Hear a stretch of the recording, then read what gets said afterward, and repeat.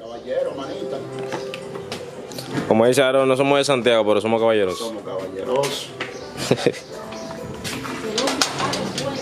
Bendiciones, amados hermanos. Sean todos bienvenidos, ¿verdad? A este su canal Joven de Cristo.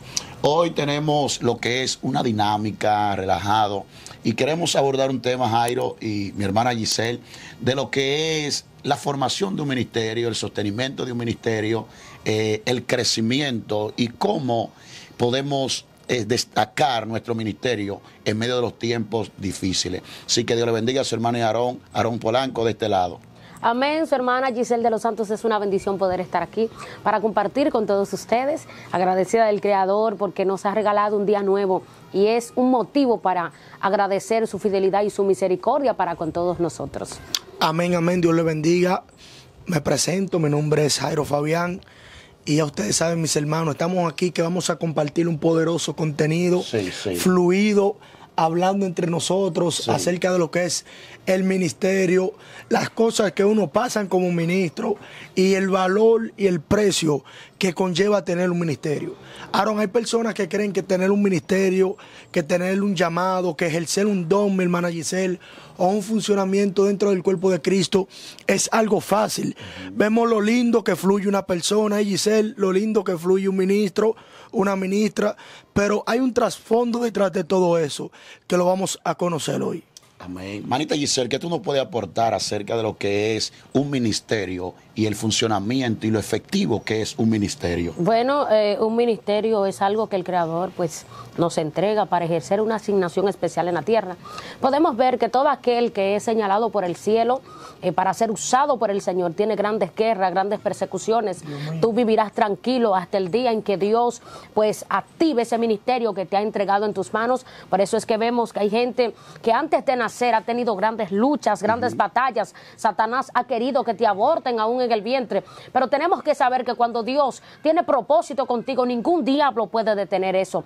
Tenemos que saber que un ministerio no es cualquier cosa, es algo que hay que valorar, es algo que hay que preservar, es algo que hay que cuidar y que tenemos que saber que no sale de gratis, sino que hay que pagar un gran precio para ejercer ese gran ministerio. De forma, Aarón Polanco, que la gente te ve predicando y dice, pero wow, él sí sale en flyer, él va a naciones, pero la gente desconoce el precio que tú tienes que pagar para estar en la posición en la que Dios te tiene. De forma que tienes que pasar por críticas, tienes que pasar por persecuciones, hay gente que te sale a calumniar, hay un diablo que quiere arrancarte la cabeza, pero tenemos que saber que fuimos escogidos para hacer cosas grandes en la tierra. De forma que el simple hecho de ser escogido para cumplir con nuestro ministerio, eso nos da motivo a nosotros de día a día levantarnos y de seguir peleando la buena batalla de la fe. Wow. Y algo que tenemos que destacar y es que el ministerio ciertamente no se hace sino nace. Eso es así. Cada persona nace con el llamado, nace con el ministerio.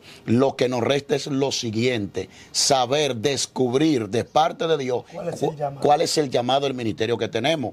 Podemos ver como referencia bíblica al profeta Jeremías. Él nació siendo profeta. Por tanto, ahora la pregunta sería, ¿cómo puedo descubrir cuál es mi ministerio o cuál es mi llamado? Jairo, ¿qué tú aportas en cuanto a eso? Mira, punto número 1, los llamados o el ministerio no se busca, se recibe. Por eso cada hombre de Dios recibió el llamado de Dios, recibió el ministerio de Dios. La pregunta que dijiste es cómo yo descubro o cómo yo sé cuál es mi ministerio. Hay ciertos puntos que te van a dar a denotar la función que tú tienes ministerial. ¿Por qué? Porque son cosas que te van a llamar, son cosas que te van a despertar curiosidad en dicho ámbito. Cuando tú tienes un llamado de predicador, a ti te gusta escuchar a otro predicar. Tú te deleites en la predicación. ¿Por qué? Porque eso te llama, tú lo vives, tú lo sientes, tú lo gozas, porque es tu llamado a predicar. Es lo mismo con la adoración. Es lo mismo con la profecía. O sea, cuando tú tienes el ministerio, el llamado de Dios, el talento de Dios, eso te llama. Eso como que te jala. Eso como que te busca a ti, como que te enfoca a ti. Tú sueñas con eso, ves visiones con eso, porque es algo que tu espíritu recibe del cielo de parte de Dios. Manita Giselle, ¿cuál sería o cuál es el alimento de una persona de ministerio? O sea, el alimento espiritual de una persona que tiene ministerio. Bueno, recuerda que Cristo nos dejó herramientas, ¿verdad? Y dentro de ese alimento para sostener un ministerio está el ayuno. El ayuno. Está la oración. Sí, sí. Está la palabra. Está una vida de consagración, de integridad. La gente de ministerio tiene que ser íntegra, porque dice la Biblia que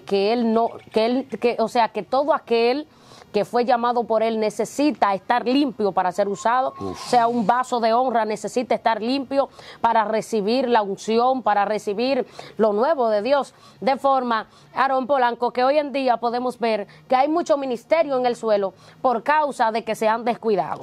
Tenemos que saber que dependemos de la misericordia y de la gracia de nuestro Señor Jesucristo, pero hay herramientas que Él nos dejó para que el creyente se mantenga alimentándose, y todo aquel que tiene un gran ministerio y se descuida, deja de orar, el ministerio comienza a descaer. Claro, el alimento del ministerio, ciertamente es así, la palabra, la oración, una vida apartada para Dios. Notamos que Cristo tuvo un ministerio, el ministerio mesiánico, pero en los montes era hábitat del ministerio de Cristo, en el desierto, buscando a Dios mediante ayuno y oración. Y por tanto, eso era lo que ayudaba al que el ministerio de Cristo se mantuviese fortalecido y activo. Notemos al mismo profeta Ezequiel. Antes de Dios enviar al profeta Ezequiel a profetizar, primeramente le dijo, cómete rollo.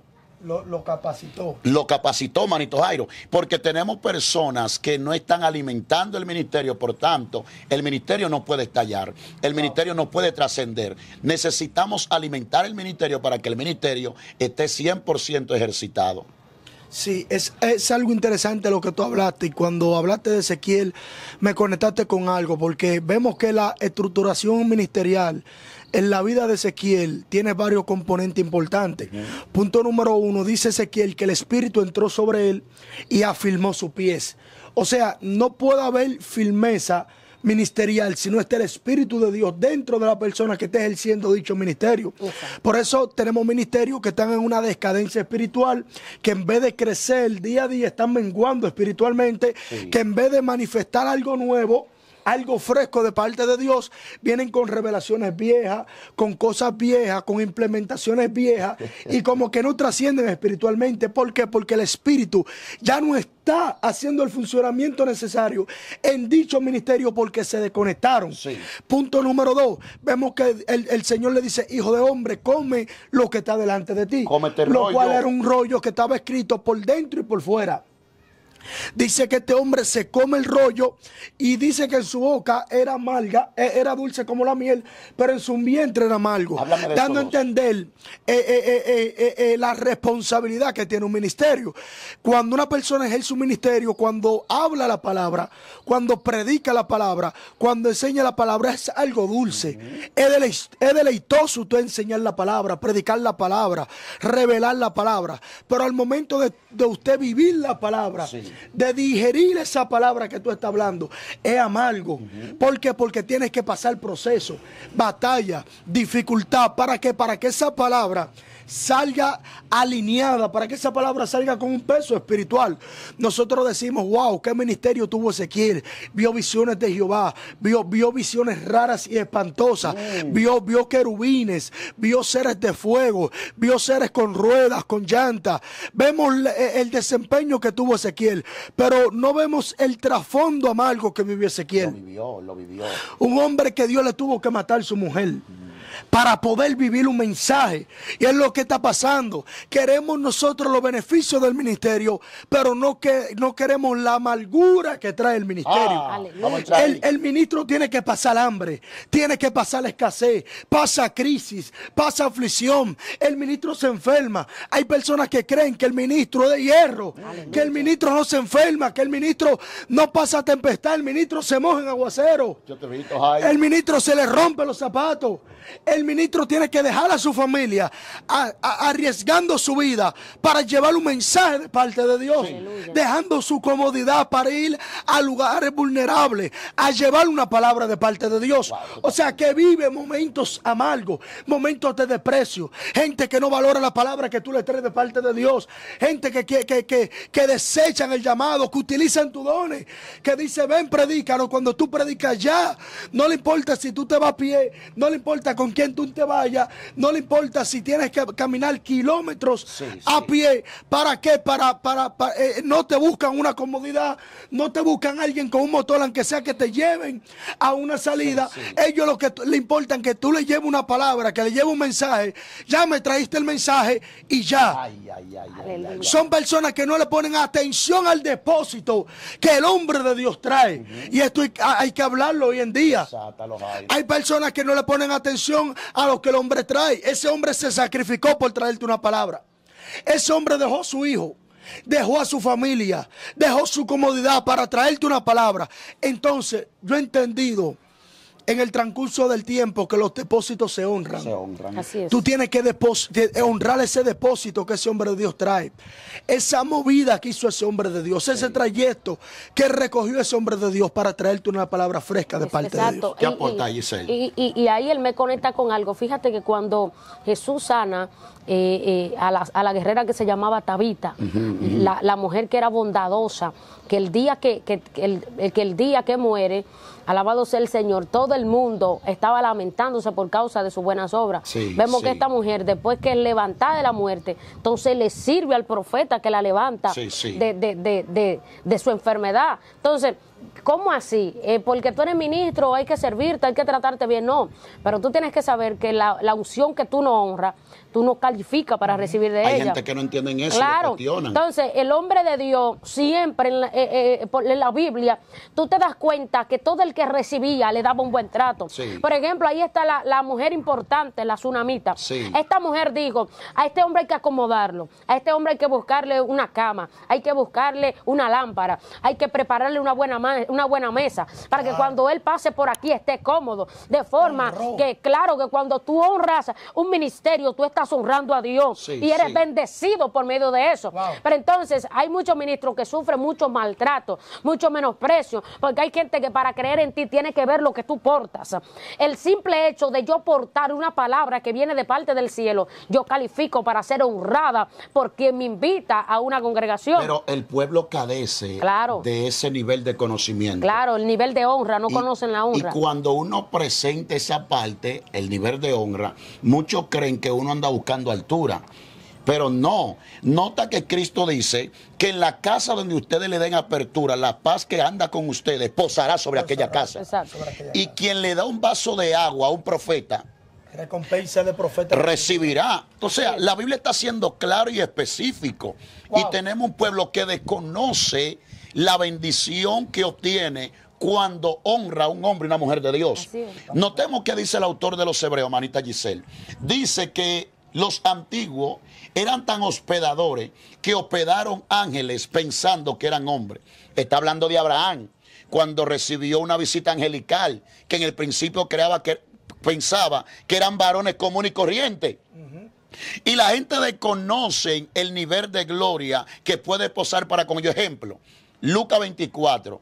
Cuando Cristo iba con los dos caminantes de Maús, dice que cuando ya tardecía, ellos le abrieron la puerta de su casa, pero ellos desconocían que era Jesús. Exacto. Y qué bendición tan grande se llevaron, hospedando a Jesús, creyendo que era un hombre común y corriente. Y a un Jesús resucitado. A un Jesús resucitado y glorificado. La gente no entiende el nivel de hora. Ahora, Giselle, ¿qué se llevó la tsunamita cuando invirtió en ese aposento, en esos electrodomésticos, para ese varón de Dios? Oh, esa mujer abrazó un hijo, fue bendecida con lo que ella le hacía falta. Porque dinero ella tenía, importante ella era, pero no tenía hijos. Ahora, cuando vemos que ella hace este nivel de honra para el profeta Eliseo, ella recibe un hijo. Eso me da a entender a mí que cuando yo honro la unción, yo recibo milagros. ¿Me entiendes? Que cuando yo honro la unción, el cielo se abre y trae a mi vida lo que yo necesito. Es así. Mira esta parte y quiero que seamos abiertos y sinceros. ¿Por qué lo digo?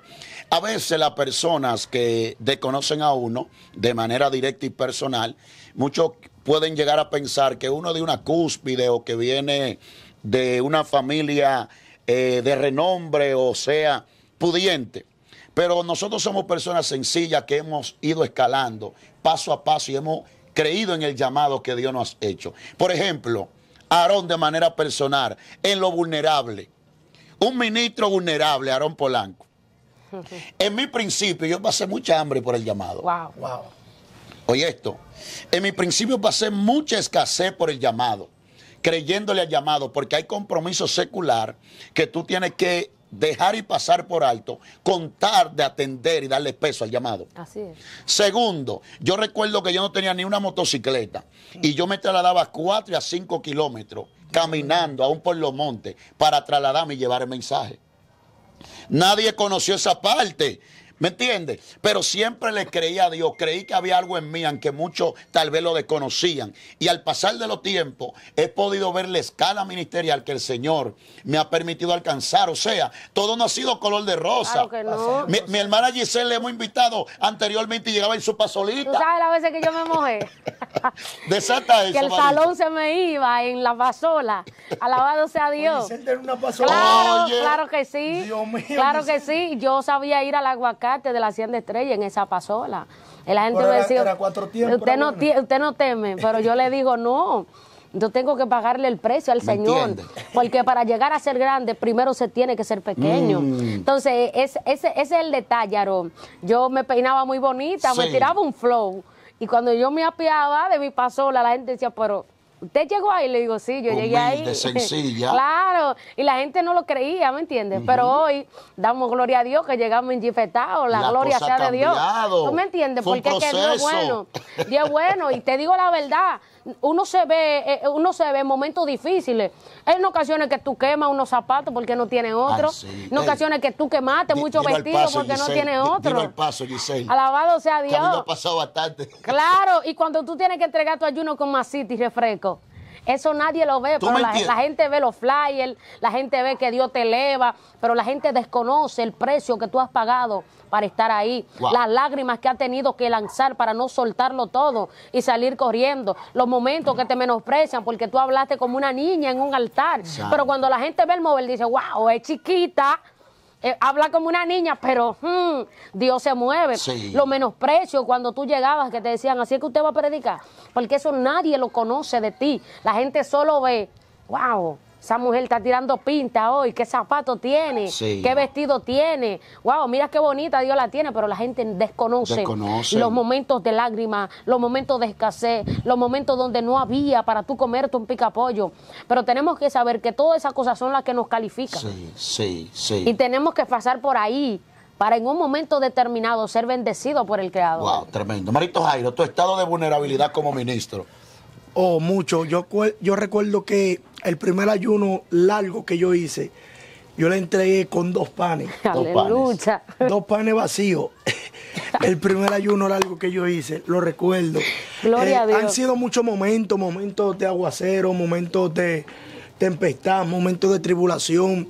Yo recuerdo también que cuando empezaron a invitarme a predicar, yo solamente tenía unos zapatos negros.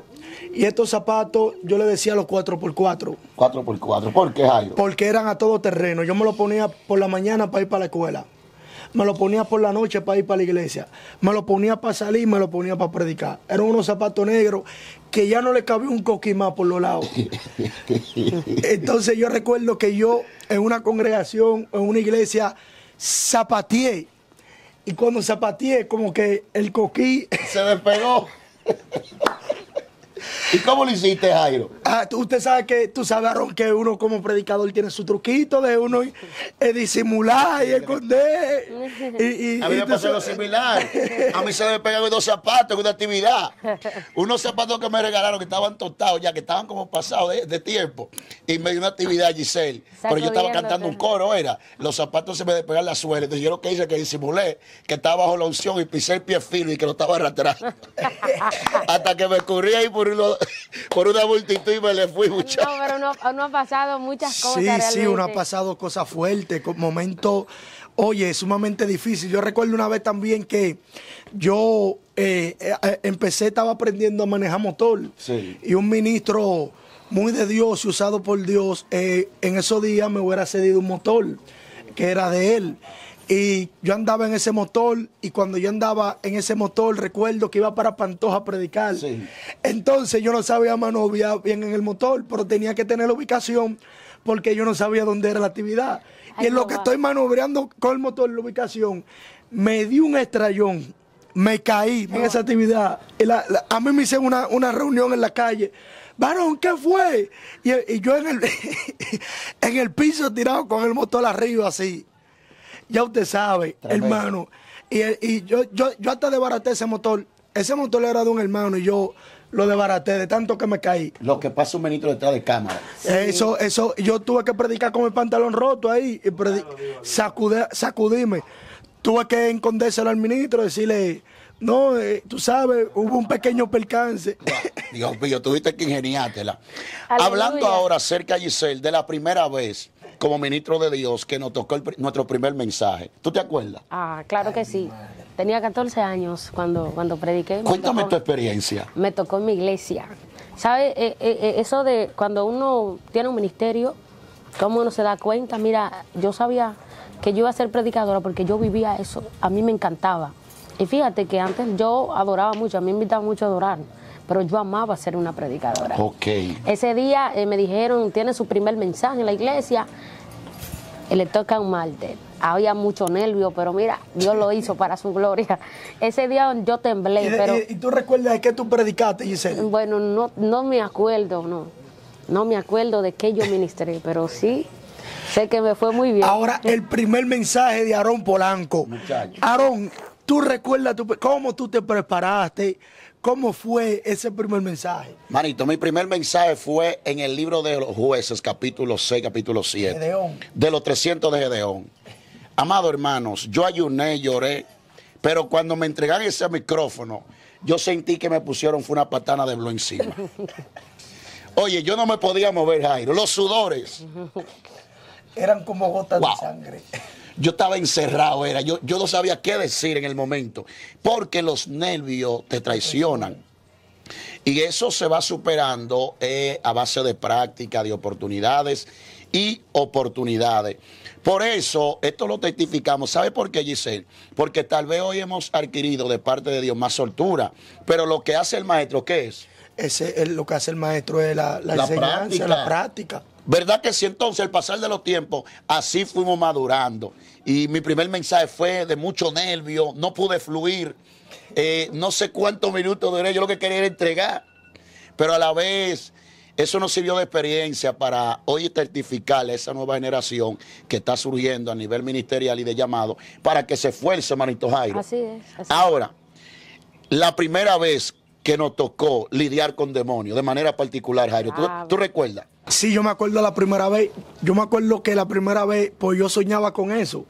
Yo veía videos en YouTube de hombres de Dios reprendiendo en estadios y los demonios manifestándose.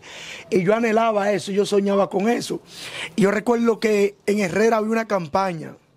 Y cuando estaba esa campaña en Herrera, era al aire libre, estaba predicando un pastor en esa campaña. Y había una joven que estaba al lado de mí. Y yo en la joven, tú puedes discernir un espíritu maligno, un espíritu inmundo. Yo tenía 15 años cuando eso. Pude discernir un espíritu maligno. Y yo no sé, fue algo como que salió de mí esa voz, pero fue como una voz de truendo. Y yo le dije a una entidad endemoniaca que pude discernir que estaba operando la vida de esa muchacha, le dije, suéltala en el nombre de Jesús. Yo no estaba predicando nada, yo solo estaba al lado de ella. Wow. Y la muchacha cayó en el piso, endemoniada. Y yo dije, wow, este es mi momento. Lo que yo tanto anhelé, lo que yo vi de los hombres de Dios, este es mi momento. Y cuando me agaché para reprender el demonio, de que va a poner la mano, muchacho. ¿Qué pasó, Jairo? Vinieron como 15 cristianos y me quitan, cuidado que tú no tienes autoridad. Wow. Y le caían arriba a la muchacha y yo me fui casi llorando para mi casa. Yo esa noche yo creo que yo ni oré. Porque, Frustrado. oh, claro, varón, pues yo dije, este es mi momento y lo que me quitan es una gente con autoridad que tiene que reprender ahí, ya tú sabes. Pero te minimizaron. Sí, yo me sentí así, pero hay cosas que Dios las permite en nuestra vida, porque hay cosas que en vez de alejarte de Dios, te acercan a Él. Sí, sí. Y provocan de que tú busques más a Dios de una manera más profunda. ¿Y qué nos cuenta Giselle, esa primera Ay, experiencia ay, en mira. impulsar demonios? Mira, a mí me invitaron esa vez en una campaña ahí en Yamasai.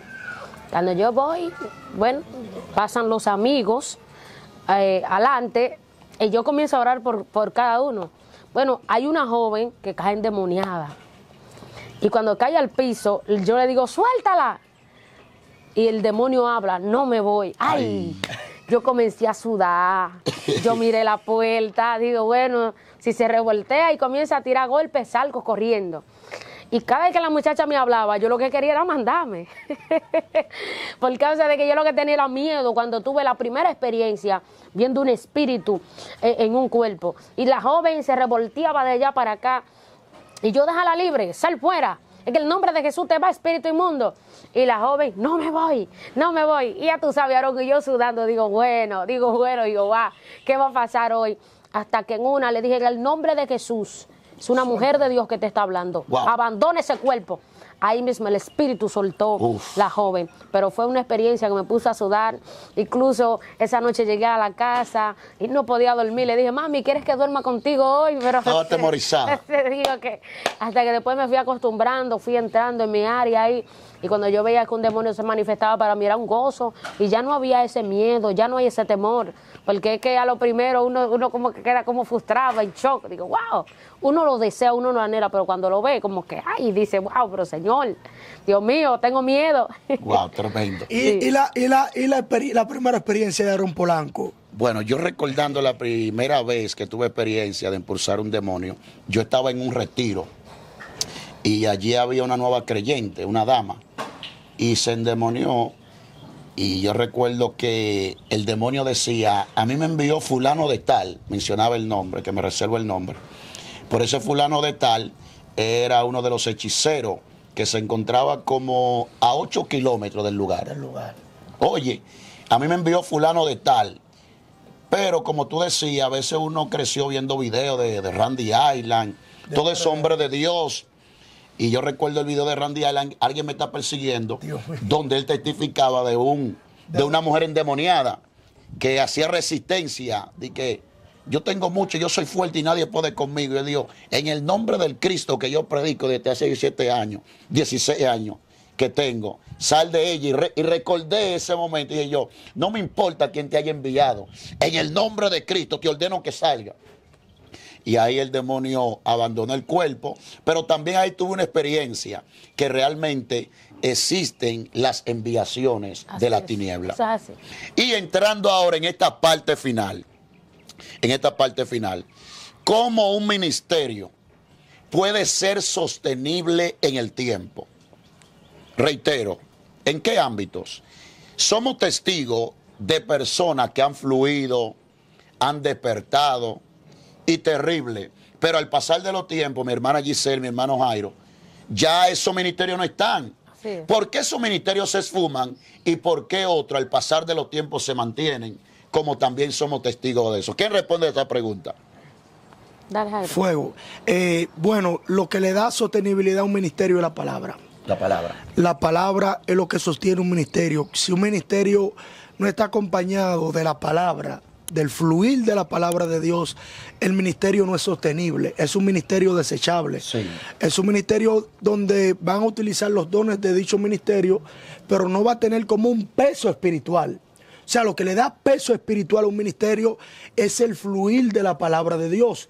Por eso vemos en la Biblia que los hombres de Dios fueron entendidos en la palabra, fluían en el denuedo y en el poder de la palabra.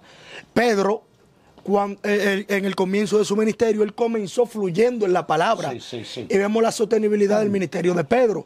Pablo fluía en la palabra, casi persuadía a Agripas. Entonces, ¿qué es lo que está pasando hoy en día? De que nosotros como ministros, Giselle, muchas veces no estamos renovándonos en el entendimiento de la palabra. Y muchas veces nos quedamos atrás. ¿Por qué? Porque no nos estamos actualizando espiritualmente a lo que es el estudio de la palabra, no es que vamos a descartar la parte espiritual. Sí, sí. ¿Por qué? Porque si tú tienes palabra y no oras, tu ministerio no tiene poder. O sea, es un complemento. Es un complemento, pero todo lo que le da sostenibilidad al ministerio es la palabra, acompañada con el ayuno, la oración, la vigilia, la consagración con el Espíritu de Dios, la comunión con el Espíritu Santo, acompañado de la palabra. Es algo explosivo. Wow, tremendo. Wow. Giselle, manita mía. Mira, es increíble porque no hace mucho mi madre me preguntaba que porque hay gente que hoy lo vemos con una gloria loca y al pasar de los tiempos, todo eso comienza a desfallecer en sus vidas. Mira, es algo que yo siempre he dicho, la vanagloria ha dañado mucho ministerio. Sí. Hay gente que ama más su ministerio que al Dios del ministerio. Espérate, Giselle. Hay gente que cuando ve que Dios lo eleva a un nivel, entiende que ya no necesita que Dios siga caminando con ellos.